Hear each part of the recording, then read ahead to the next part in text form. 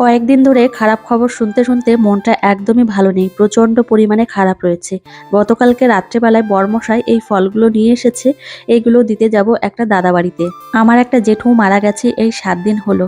তো জেঠু তো আর নেই, সেই জন্য দাদাদেরকে এই ফলগুলো দিতে যাব। আমাদের বাড়ির থেকে জেঠু বাড়িতে আসতে একদমই সময় লাগে না, আমাদের বাড়ির থেকেই দেখা যায়। তো চলে এসেছি এখন এই দাদা বাড়িতে, আর এসেই দেখো কুল পেড়ে নিচ্ছি, অনেক কুল হয়েছে এই গাছটাতে। দাদাদের দেখে এত পরিমাণে খারাপ লাগছে কি আর বলবো। যাদের এই পৃথিবীতে মা বাবা নেই তারাই বুঝবে যে এর কষ্টটা কতখানি। আর এই দাদাদের মা বাবা দুজনেই চলে গেছে, আমার বাবা এই পৃথিবীতে বেঁচে নেই। এর কষ্টটা যে কতখানি সেটা আমি জানি।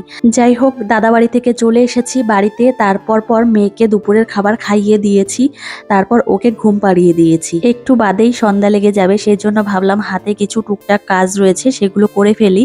তো এদিকে বিছানার চাদরটা এখন আমি বিছিয়ে দিয়েছি, চলে এসেছি রান্নাঘরে। আর এখন তোমাদের একটা জিনিস দেখাবো, সেটা হচ্ছে আমার মেয়ের জন্য একটা টিফিন বক্স আমি নিয়ে এসেছি। না, আমি নিয়ে আসিনি, ওর বাপি নিয়ে এসেছে। কয়েকদিন ধরে আমার মেয়েকে প্লাস্টিকের টিফিন বক্সের মধ্যে খাবার দিচ্ছিলাম, যেটা দেওয়া একদমই ভালো না।